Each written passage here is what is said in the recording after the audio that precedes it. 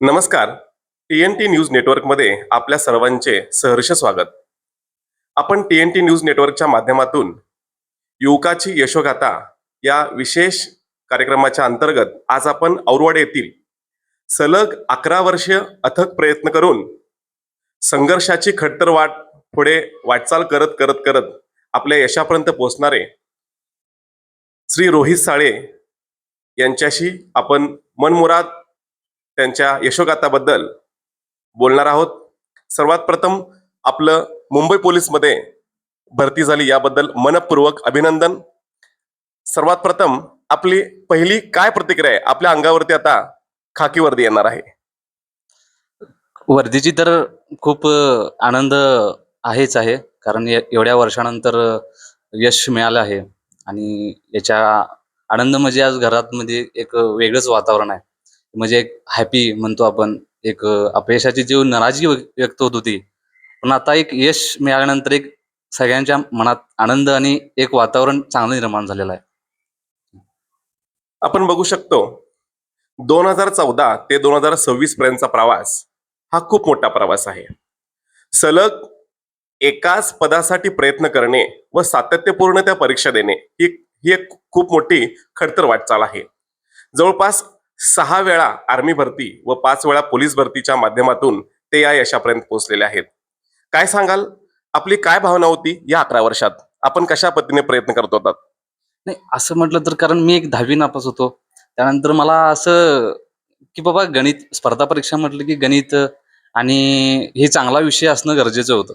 कारण मी त्यातच माझा विषय कच्चा असल्यामुळं मला खूप या गोष्टी अडचण करत होत्या, की बाबा अभ्यासामध्ये आपल्याला खूप काही गोष्टी परफेक्ट पाहिजे असतात. आपल्या 100 मार्काचा पेपर करत असताना की बाबा गणित हा विषय चांगला असला पाहिजे. मग मला त्या माध्यमातून तो विषय अवघड झाला होता.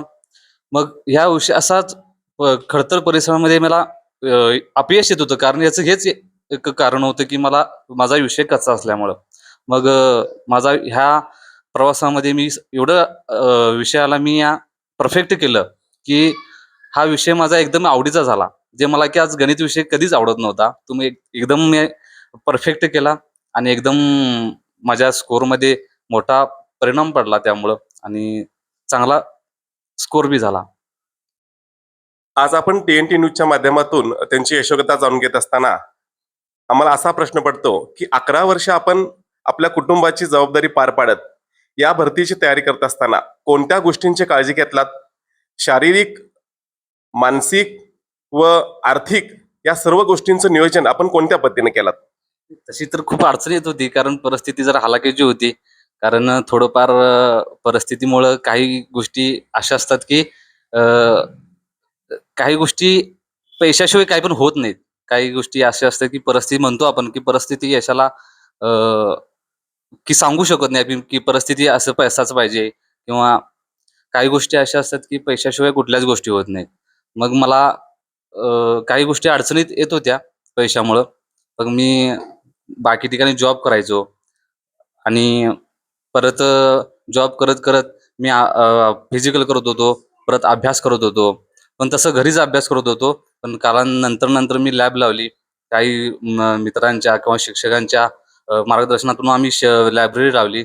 मग त्या मला तिथून चांगला जो अभ्यास झाला, तो एकदम परफेक्ट अभ्यास झाला आणि आज मला त्याचा उपयोग झाला चांगला. आपल्या यशामध्ये आपले जेवढे प्रयत्न आहेत तेवढेच आपल्या कुटुंबाची सुद्धा साथ आपल्याला लाभली. काय सांगाल? आपल्या आईवडिलांनी आपल्यावरती जो सार्थ विश्वास सलग 11 वर्ष दाखवला याबद्दल आपल्या आईवडिलांच्या बद्दल आपल्यामध्ये काय भावना आहे? 11 वर्ष आई-वडिलांना सांगणं म्हणजे एक एवढा प्रवास करत असताना 11 वर्षामध्ये इम्पॉसिबल आहे. कारण संयमपणा ठेवणं, की अपयश येणं आणि यशाची अपेक्षा करणं, यात खूप सांगणं सोपं आहे, पण हे खूप कठीण होत आलं होतं. कारण 11 वर्ष आई-वडिलांना पण मला सांगायचं होतं, की आज ना उद्या होईल, आज ना उद्या होईल. कारण बाकीची यशस्वी पोरं समोर दिसत होती, की म्हणजे मित्रच, म्हणजे भावाची मित्र, ही एक यशस्वी म्हणजे चांगल्या पदावर होती. मग माझं पण होईल कुठेतरी चांगलं, ही अपेक्षा मला आणि आत एक विश्वास होता, की बाबा आज ना उद्या आपलं होईल. मग आई-वडिलांचं इतकं मला सहकार्य लागलं. तसंच माझा भाऊ पण, मोठा भाऊ, तो बी मला सपोर्ट केला. घरच्यांचा सगळ्यांचा सपोर्ट मिळाला आणि मला तिने प्रत्येक गोष्टीमध्ये साथ दिली. पैशाची असो, मानसिक असो, कुठली पण असो, ती मला चांगले सपोर्ट केले. एक मानसिक आणि एक संयमपणा काय असतो त्यांनी दाखवला. आणि आज मी त्यांच्यामुळेच, आई-वडिलांच्यामुळेच आज मी इथे आहे. कारण आई-वडिलांनी मला खूप सपोर्ट केला. कारण पोलीस भरती करत असताना काही खर्च असतो. तो खर्च मध्ये न झेपवणारा असतोय, की आपल्याला एक रुपये म्हणजे इतकी आपल्या गरीब परिस्थिती असल्यामुळे आपण एक रुपये म्हणजे आपल्यासाठी खूप खूप महत्त्वाचे असतात. आणि एवढे पैसे खर्च करताना आई-वडिलांनी खूप सपोर्ट केला. सगळ्या गोष्टीतून आई-वडिलांनी खूप सपोर्ट केला. त्यामुळे आज मी आज युनिफॉर्म घालतोय आणि आज भरती झालोय, हे मला आनंद व्यक्त होतोय. नक्कीच आपल्यासोबत रोहित साळे यांचे आई वडील सुद्धा आहेत. त्यांची काय भावना आहे आपण जाणून घेऊया. स्वागत आहे आपलं TNT न्यूज नेटवर्क मध्ये. आपण काय करताय, आपलं नाव आणि आपण काय करताय सांगा. अक्काताई सुधाकर साळे. आम्ही राबतो दोघ जणी. आम्ही दोघं बी राबायला जातो. मुलग्यासाठी आम्ही भरपूर रात्र दिवस राबायला आले या. पण पोरग पण आमचं कष्ट उभा केलं आणि पार पडलं. यासोबत त्यांचे वडील सुद्धा आपल्यासोबत आहेत. काका काय नाव आपलं? सुधाकर कृष्ण साळे. काय आपली पहिली भावना काय वाटते? आपल्या मुलाच्या शरीरावरती वर्दी आलेली आहे, काय अंगावरती वर्दी आलेली आहे. आहे राबलोय तेवढं काय समजत नाही. जरी शिक्षण कमी असलं तरी पण मुलाला शिक्षण देण्यासाठी त्यांनी कुठंच कुचराई केली नाही. मुलाचं शिक्षण पूर्ण करून मुलाला आपल्या पायावरती उभं करण्याचं सामर्थ्य आई वडिलांनी दाखवलेलं आहे. त्यासोबत या सगळ्या संघर्षाच्या काळामध्ये त्याचा मित्र प्रवीण कांबळे त्याला एक खूप मोठी साथ दिला. त्याचं सुद्धा आपण त्या ठिकाणी मत जाणून घेऊया. काय वाटतंय, आपला मित्र मुंबई पोलीस भरती झाला? आनंदच आहे मला माझा मित्र भरती झाल्यामुळं.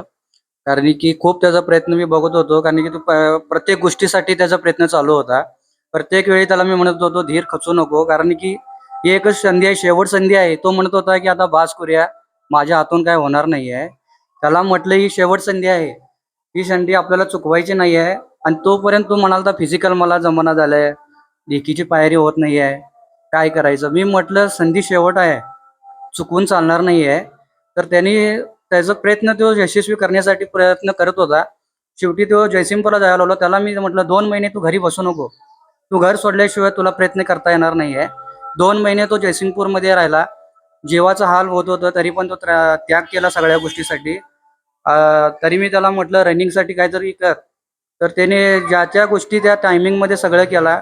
इथून तो 10 ते 12 किलोमीटर सायकलनं जात होता घालवाडला. ते पण आम्ही यशस्वी बघत होतो, कारण की तो माणूस 10 किलोमीटर तिथून येऊन 20 किलोमीटर, तर मला असं वाटतं 20-22 किलोमीटर होत असेल ते घालवाड. तिथून तो येऊन सायकलनं करत होता प्रवास. तिथून संध्याकाळी आणि अभ्यासला जात होता. संध्याकाळी त्याला रात्री एक मी बघत होतो 12-1 वाजत होते घरी येण्यासाठी. आणि त्यातून आणि होमगार्डसाठी आणि ड्युटीला हजर होत होता. त्याला म्हटलं बाबा होमगार्डमध्ये येऊ नको म्हटलं आता, कारण की तुझी परीक्षा लास्ट आहे. त्यांनी 2-3 महिने होमगार्ड बंद केला. आणि त्याला आईवडिलांना सपोर्ट भरपूर होता. आईवडील त्यांची कायम बघत होतो मी की भरपूर सपोर्ट होता त्यांच्या आईवडिलांचा. त्यांचे आईवडील म्हणतो ते काय होतंय का नाही बाबा प्रवीण, तू आता येतो आम्हाला सांगत आहेस. मी म्हटलं तुम्ही घाबरून जाऊ नका, म्हटलं आपला माणूस यशस्वी होणार आणि होणार. आणि त्याच्यासाठी मला मुंबई भरतीसाठी त्याला खूप खूप शुभेच्छा, आणि त्याची ट्रेनिंग चांगल्या पद्धतीने जावं. नक्कीच एका मित्राच्या वाटचालीमध्ये मित्राची साथ सुद्धा खूप महत्वाची होती. रोहित साळे हा असा एक युवक आहे, 11 वर्ष अपयशाचा तो जिना चढलेला आहे. अपयशी यशाची पहिली पायरी असते, पण अपयशी यशाची 11वी पायरी असते, हे दाखवण्याचं काम रोहित साळेनं आपल्या प्रयत्नातून या ठिकाणी दाखवला. इतकी वर्ष या क्षेत्रामध्ये सातत्यपूर्ण थांबून प्रयत्न करणे ही एक खूप मोठं काम आहे. पण जर आपलं ध्येय नक्की असेल आणि प्रामाणिक प्रयत्न असतील तर आपण यशापर्यंत नक्कीच पोहोचू शकतो. यासाठी आपले आई वडील, मित्र व स्वतःचे प्रयत्न प्रामाणिक असतील तर नक्कीच आपण त्या पदापर्यंत पोहोचू शकतो. रोहित साळेच्या या अतिशय प्रतिकूल परिस्थितीमध्ये त्यानं जे यश मिळवलंय याचं कौतुक या शिरोळ तालुक्यासह कोल्हापूर जिल्ह्यामध्ये सर्वत्र होत आहे. त्याच्या पुढील वाटचालीस TNT न्यूज नेटवर्क करून मनपूर्वक शुभेच्छा. धन्यवाद.